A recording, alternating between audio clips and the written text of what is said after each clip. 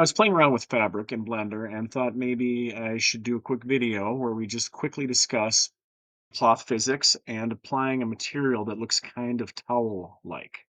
So let's get into it.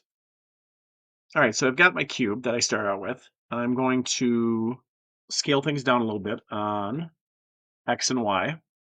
Let's get this placed. Let's add a sphere. Grab and place that as well. Let's just do a quick Control J to join these items into one. And then let's add a cube. I'm going to grab that cube on Z, move it up. Let's scale it down on Z. I'm going to tab into edit mode, and in edge select mode, I'm going to go ahead and just make sure that I select all of the horizontal edges. And then I'm going to subdivide that maybe by 100 cuts so that we get something like this. Then let's just go to physics. In object mode, I'm going to apply cloth to the thin cube I just made. I'm going to go to the other item, my pedestal or whatever we're calling it, and I will add collisions to it. Now it should be a simple matter of pushing play and seeing what happens. But yeah, if we go ahead and push play, that's looking wonderful. I'm going to stop it right there, and let's take a look at the cloth now. I'm going to go to my shading tab. I'm going to go to materials. Let's create a new material slots. Let's create a new material. I'm just going to call it towel 1. And let's see if we can add a few things to this to make it look like a towel. First things first, let's add a wave texture. So Shift A, search, wave.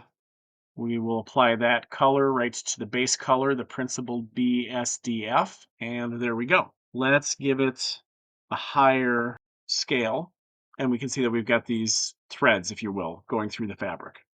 Let's change this to diagonal, and I'm going to add a wave texture going the opposite direction. So let's just duplicate this. I will add a mapping node, and actually let's add a texture coordinate as well. We can run the mapping through this new one, and I'm going to rotate on Y 90 degrees. And then what I will do is I will mix these two. So I will do a Shift A, I will do a search for mix color. I will put that right in between the attached wave texture and the principled BSDF. I will then attach the color from this wave texture to B in the mix. And now we have this little checkered pattern happening at multiple angles. I'm going to try to put a few more things in. So let's move things out and away a little bit to make some room. Because I think now we want to add a little bit of noise to this as well, just to get some variation in what's happening. So let's do a Shift A. We'll do a search for noise.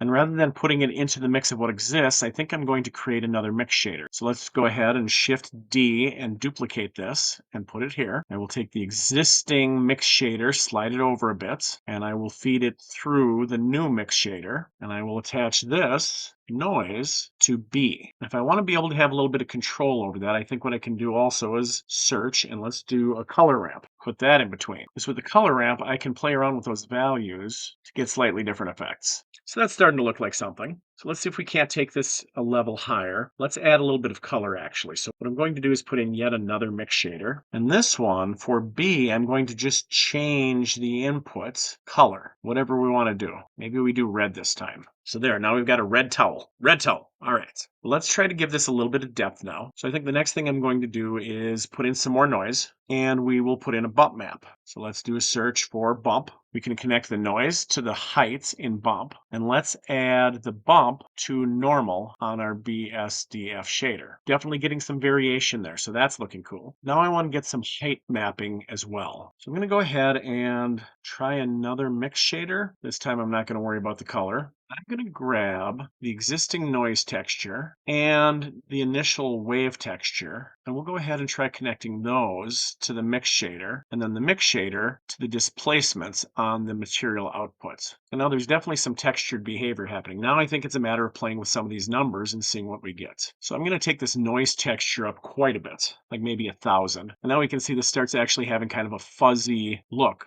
like a towel would have. So I think that's looking good. Noise texture here, let's take that up a little bit. So now we're getting a little bit of variation happening within that. Maybe I'll take the level of detail up as well. Subtle difference, but I think it helps. Maybe these wave textures I'll take up a bit more yet.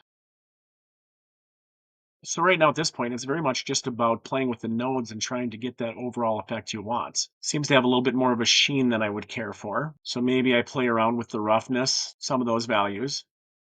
But there we go.